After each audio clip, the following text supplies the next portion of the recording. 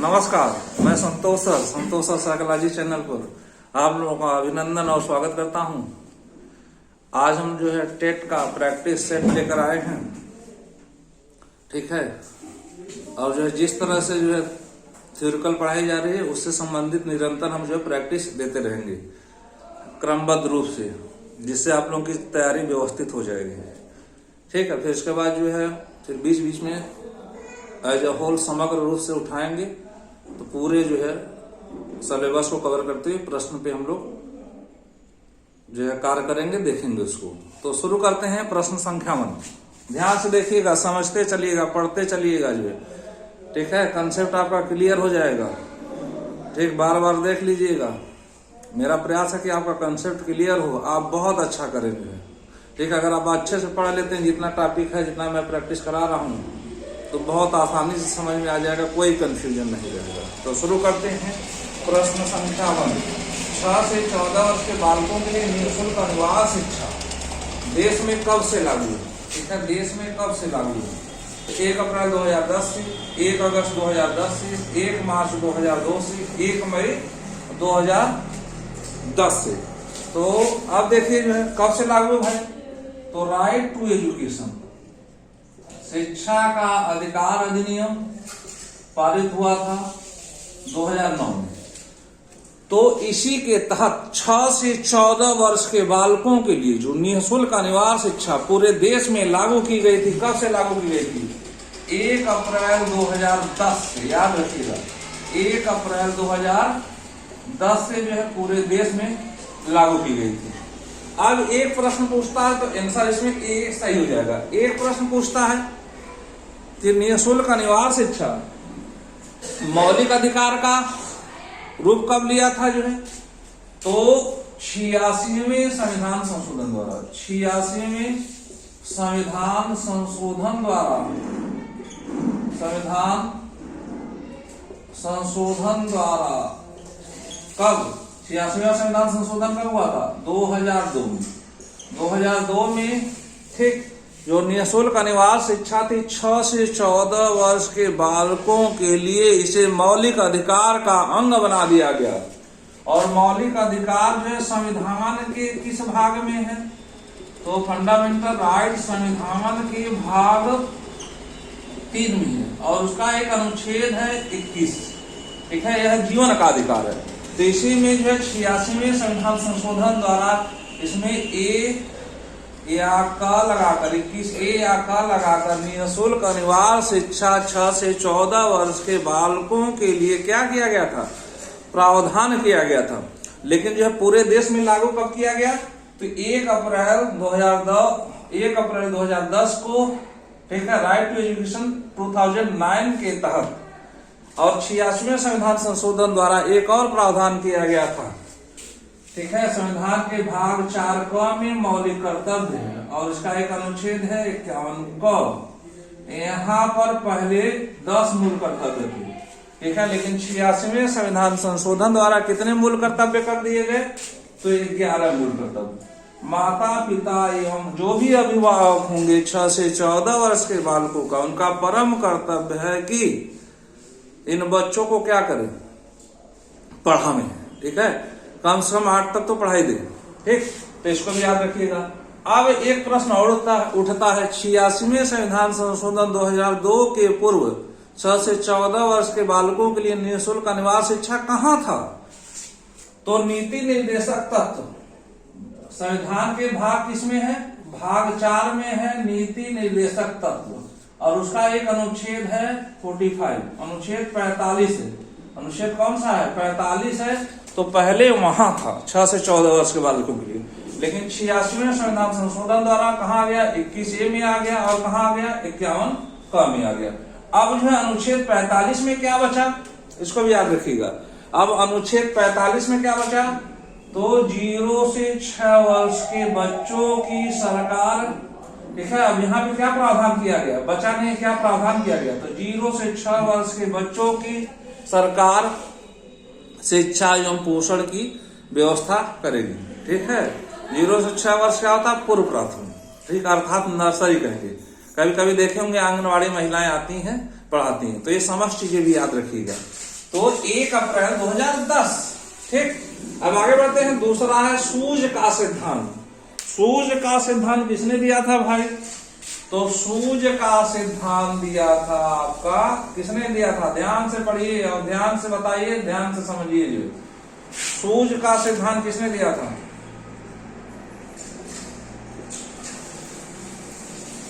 Kohler, Ericsson या Woodworth या Bandura, किसने दिया था? तो सूझ का सिद्धांत, देखिए सूझ के सिद्धांत को कहते हैं सूझ का सिद्धांत या अंतर्दृष्टि का सिद्धांत, अंतर्दृष्टि का सिद्धांत या इनसाइट थ्योरी। ठीक, तो सूझ के सिद्धांत को दिया था कोहलर महोदय ने। कोहलर महोदय ने किस पे प्रयोग किया था? चिंपैंजी पर। ठीक है, किस पर प्रयोग किया था? चिंपैंजी नामक, ठीक है, जानवर। चिंपैंजी एक जानवर होता है, या इसको कहते हैं वनमानुष, जिसका क्या नाम था? सुल्तान। ठीक, याद रखिएगा। तो सूझ का सिद्धांत किसने दिया था? कोहलर महोदय ने। सूझ के सिद्धांत देने वाले कोहलर महोदय, ठीक है, मनोविज्ञान के किस स्कूल से जुड़े थे? मनोविज्ञान के किस संप्रदाय से जुड़े थे? तो याद रखिएगा, समग्रवाद। समग्रवाद अर्थात गेस्टाल्ट थ्योरी। और इस मत के 4 मनोवैज्ञानिक थे। वर्दीमर, ठीक है, दूसरा कौन था? कोहलर, ठीक है, और कौन था? कोफका, और कौन था? कोर्टलेविन। ठीक है, कोर्टलेविन। 4 मनोवैज्ञानिक थे। वर्दीमर समग्रवाद के मूल प्रतिपादक थे। ठीक, कोहलर ने सूझ का सिद्धांत दिया था या अंतर्दृष्टि का सिद्धांत दिया था। कोफका ने पदार्थ सिद्धांत दिया था और कोर्टलेविन ने क्षेत्र अधिगम का सिद्धांत दिया था। आगे अधिगम पर हम लोग जब थ्योरी देखेंगे तो इसको बृहद रूप से देखा जाएगा। ठीक है, तो ए इज राइट आंसर। एरिक्सन ने कौन सा सिद्धांत दिया था? तो एरिक्सन का जो है मनोसामाजिक सिद्धांत था, साइको सोशल थ्योरी। वुडवर्थ ने कौन सा सिद्धांत दिया था? तो वुडवर्थ ने SOR थ्योरी दिया था, स्टिमुलस ऑर्गेनिज्म रिस्पांस, उद्दीपक प्राणी प्रतिक्रिया का सिद्धांत दिया था। और बंडूरा ने कौन सा सिद्धांत दिया था? तो बंडूरा ने सामाजिक अधिगम का सिद्धांत दिया था, या उसको जो है ऑब्जर्वेशन थ्योरी कहते हैं या प्रेक्षणात्मक थ्योरी भी कहते हैं। तो इसमें कौन सा सही हो जाएगा? ए इज राइट आंसर। अगला प्रश्न हम देखते हैं। ठीक है, किसने कहा था मुझे 1 दर्जन बालक दे दो या नवजात शिशु दे दो, उसे आप जो चाहोगे, डॉक्टर, इंजीनियर, चोर, डकैत इत्यादि बना सकता हूं, कुछ भी बना सकता हूं। किसका कथन है? विलियम जेम्स का, कि जेबी वाटसन का, कि विलियम वुंट का, कि वर्दमर का? जल्दी बताइए, ध्यान से बताइए। तो यह कथन किसका है? ठीक है, तो यह कथन है जेबी वाटसन का। देखिए जेबी वाटसन कौन थे? तो जेबी वाटसन थे व्यवहार मनोविज्ञान के जनक। कौन थे भाई? व्यवहार मनोविज्ञान के जनक कौन थे? तो जेबी वाटसन महोदय थे। जॉन ब्राड वाटसन नाम था इनका। क्या नाम था?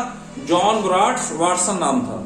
इन्होंने पर्यावरण को अत्यधिक महत्व दिया, इसीलिए पर्यावरण को अत्यधिक महत्व देते हुए इन्होंने कहा मुझे 1 दर्जन नवजात शिशु दे दो, ठीक, और उसको आप जो चाहोगे मैं बना दूंगा। देखिए, एक प्रश्न से कई प्रश्न मैं बता रहा हूं, बस समझने का प्रयास करेंगे। समझने का प्रयास करेंगे तो आप 30 में 30 बड़े आसानी से करेंगे। और मनोविज्ञान बहुत ही आसान है। ठीक है, तो व्यवहार मनोविज्ञान का जनक कौन है? जेबी वाटसन। ठीक, किसका कथन है? तो जेबी वाटसन का। अब एक है विलियम जेम्स। देखिए विलियम जेम्स कौन थे? ठीक है, मनोविज्ञान प्राचीन काल से लेकर जो आधुनिक काल आते आते आधुनिक काल तक किसका जो है शाखा थी? फिलॉसफी की शाखा थी, दर्शन की शाखा थी। लेकिन आधुनिक काल आते आते जो है मनोवैज्ञानिकों में, जिसमें विलियम जेम्स प्रमुख थे, इन्होंने मनोविज्ञान को दर्शन से अलग कर लिया। इसलिए आधुनिक मनोविज्ञान का जनक किसे कहते हैं? आधुनिक मनोविज्ञान का जनक किसे कहते हैं? जनक किसे कहते हैं? विलियम जेम्स को कहते हैं। ठीक है, किसे कहते हैं? तो विलियम जेम्स को कहते हैं। और इन्होंने एक पुस्तक प्रकाशित की थी 1890 में, ठीक, the principle of psychology, the principle of psychology. इस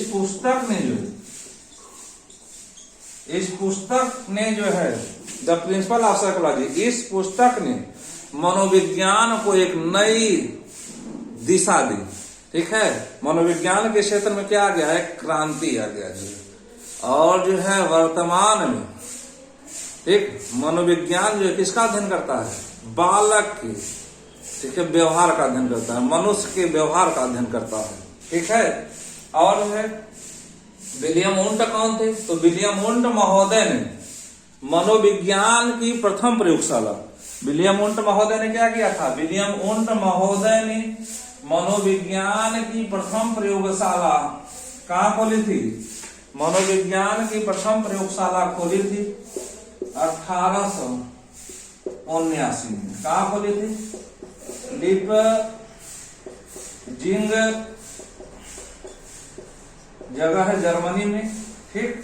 मनोविज्ञान की प्रथम प्रयोगशाला खोली थी विलियम वुंट ने लिपजिंग जर्मनी में 1879 में। इसलिए प्रायोगिक मनोविज्ञान का जनक किसे कहते हैं, प्रायोगिक मनोविज्ञान का जनक, प्रायोगिक मनोविज्ञान का जनक किसे कहते हैं, प्रायोगिक मनोविज्ञान का जनक कहते हैं विलियम वुंट महोदय। वर्धमान का अर्थ, तो वर्धमान समग्रवाद के प्रतिपादक थे। ये समझ याद रखिए। तो इसमें कौन सा आंसर सही है, जेबी वाटसन। अगला प्रश्न है मूल प्रवृत्ति शब्द किसने दिया, ध्यान से देखिए, मूल प्रवृत्ति शब्द किसने दिया, विलियम जेम्स कि मैकडूगल कि सिगमंड फ्रायड या थॉर्नडाइक, ठीक है। देखिए अब आप लोगों को मैकडूगल याद आ रहे होंगे, ठीक है, लेकिन मूल प्रवृत्ति यहाँ पे क्या पूछ रहा है, मूल प्रवृत्ति शब्द। तो मूल प्रवृत्ति शब्द सर्वप्रथम दिया था विलियम जेम्स महोदय ने। किसने दिया था, विलियम जेम्स महोदय ने, ठीक, इसको याद रखिएगा, जो आधुनिक मनोविज्ञान के जनक थे, ठीक है। अर्थात जो मनोविज्ञान में एक संप्रदाय है प्रकारवाद अर्थात फंक्शनिज्म, उसकी शुरुआत किसने की थी, विलियम जेम्स ने। और मूल प्रवृत्ति शब्द सर्वप्रथम दिया था किसने, विलियम जेम्स महोदय ने। और एक प्रश्न पूछता है 14 मूल प्रवृत्ति तथा उससे जुड़े 14 संवेग, ठीक है भाई। जितनी मूल प्रवृत्तियां होती हैं उससे जो है एक एक इमोशन से जुड़ा होता है, उससे एक एक संवेग जुड़ा होता है, ठीक।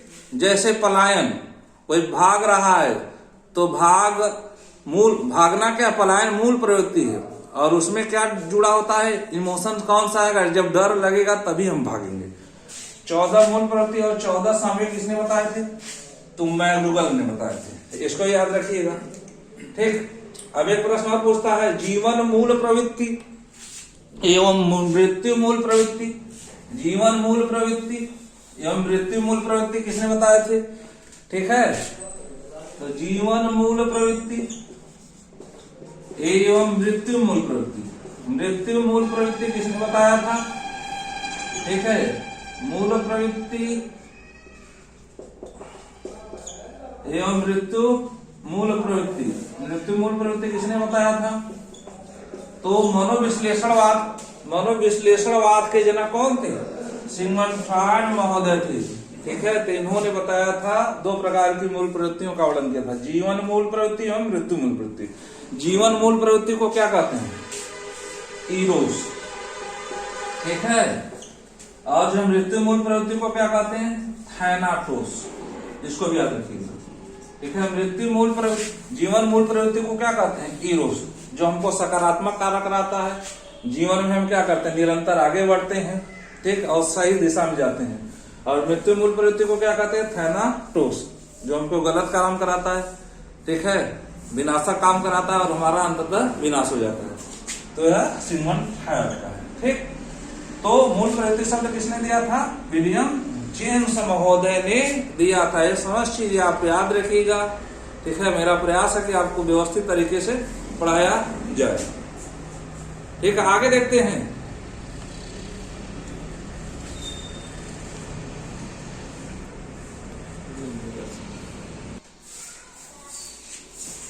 तो अगला देखते हैं, किसने कहा था मनोविज्ञान ने सर्वप्रथम अपनी आत्मा का परित्याग किया, फिर मन का परित्याग किया, फिर मन का, पुनः चेतना खोई, अब व्यवहार की विधि को स्वीकार करता है। ध्यान से प्रश्न देखिए और सही बताइए।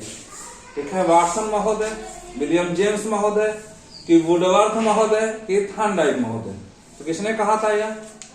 ठीक है, तो अब देखिए, सर्वप्रथम किसका परित्याग किया? आत्मा का। फिर किसका परित्याग किया? मन का। फिर पुनः क्या कोई? चेतना कोई। ठीक है, अब किसका स्वीकार करता है? तो अब व्यवहार की विधि को स्वीकार करता है। यह किसका कथन है?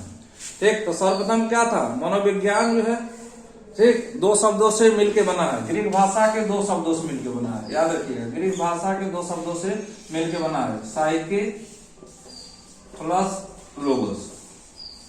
Psyche plus logos. साइके का अर्थ होता है आत्मा, ठीक है। लोगस का अर्थ क्या होता है? अध्ययन या विचार विमर्श। तो मनोविज्ञान प्राचीन काल में किसका अध्ययन करता था? आत्मा का अध्ययन करता था। और इस मत के प्रमुख मनोवैज्ञानिक थे अरस्तु, प्लेटो और डेकार्टे। लेकिन जो है फिर वैज्ञानिक दृष्टिकोण की बात आई तो आत्मा को जांचा पर रखा जा सकता है क्या? नहीं, तो इसका खंडन हो गया। फिर अगला कंसेप्ट है मनोविज्ञान मन का विज्ञान है। और मन क्या होता है? बहुत चंचल होता है, उसको भी जांचा पर रखा जा सकता है क्या? नहीं। मन को मानने वाले थे, ठीक है, इटली के मनोवैज्ञानिक थे पंपोनोजी। फिर अगला कंसेप्ट आया कि मनोविज्ञान चेतना का विज्ञान है, लेकिन चेतना के साथ दो चेतन और जुड़े होते हैं, चेतन, अचेतन और अर्धचेतन। ठीक, और इस मत के प्रमुख मनोवैज्ञानिक थे विलियम जेम्स, जेम्स सली, ठीक, वाइगोस्की, और जो है विलियम जेम्स, जेम्स सली, विलियम मोंट और वाइगोस्की। ठीक, तो इसका भी खंडन हो गया। फिर 20वीं शताब्दी के प्रारंभ में आया मनोविज्ञान किसका अध्ययन करता है? व्यवहार का अध्ययन करता है। और व्यवहार मनोविज्ञान का जनक कौन है? आप जानते हैं, जेवी वाटसन। तो यह कथन किसका था? तो यह परिभाषा है किसकी? वुडवर्थ महोदय की, याद रखिएगा। सी इज राइट, सी बिल्कुल सही जवाब है। आगे बढ़ते हैं, संज्ञानवाद का जनक कौन है? ठीक है, देखिए बहुत ही आसान प्रश्न है और टेट में आपके आसान प्रश्न ही पूछे जाते हैं। तो संज्ञानवाद का जनक कौन है? तो संज्ञानवाद का जनक कौन है भाई? जीन पियाजे हैं, कि सिगमंड फ्रायड है, कि कोर्ट लेविन है, कि उपयुक्त सभी हैं? तो संज्ञानवाद का जनक कौन है? तो संज्ञानवाद का जनक जीन पियाजे महोदय। ठीक है, या स्विट्जरलैंड के मनोवैज्ञानिक थे। कहाँ के मनोवैज्ञानिक थे? स्विट्जरलैंड के मनोवैज्ञानिक थे। इन्होंने मानसिक विकास के 4 स्तर बताए। ठीक, कौन कौन? पहला संवेदी गामक स्तर, ठीक है, संवेदी गामक अवस्था 0 से 2। अभी इतना याद रखिए, बाकी आगे विस्तार से पढ़ाया जाएगा। दूसरा क्या है? पूर्व संक्रियात्मक अवस्था, ठीक है, जितना पढ़ाया जा रहा है याद हो जाए। पूर्व संक्रियात्मक अवस्था 2 से 7 वर्ष। तीसरा है क्या भाई? मूर्त संक्रियात्मक अवस्था, मूर्त संक्रियात्मक अवस्था, मूर्त संक्रियात्मक अवस्था 7 से 11। और चौथा क्या है?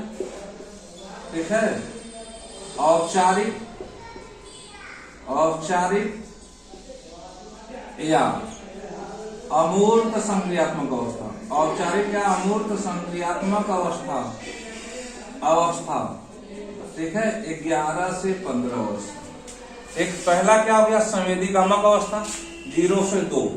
दूसरा क्या है? पूर्व संक्रियात्मक अवस्था 2 से 7। तीसरा क्या है? मूर्त संक्रियात्मक अवस्था 7 से 11। और चौथा क्या? औपचारिक या अमूर्त संक्रियात्मक अवस्था 11 से 15। तो चारों अवस्था याद रखिए। कभी कभी पूछ लेता है तीसरी अवस्था की उम्र क्या है, या तीसरी अवस्था क्या है?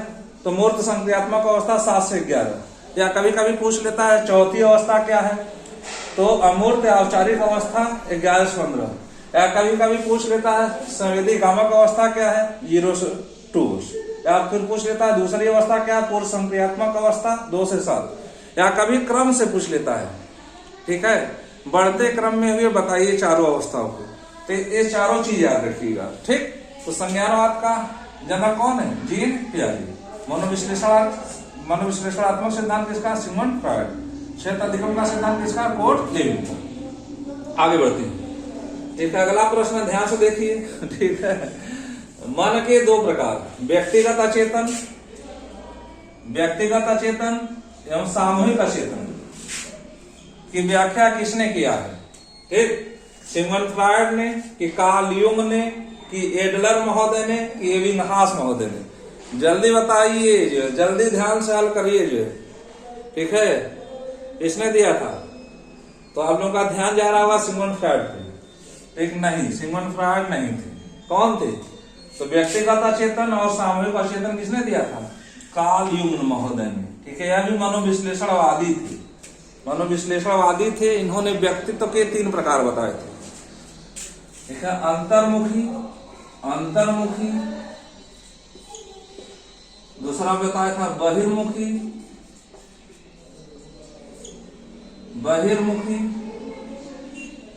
ठीक है, अंतर्मुखी, बहिर्मुखी, और तीसरा क्या बताया था? उभयोमुखी।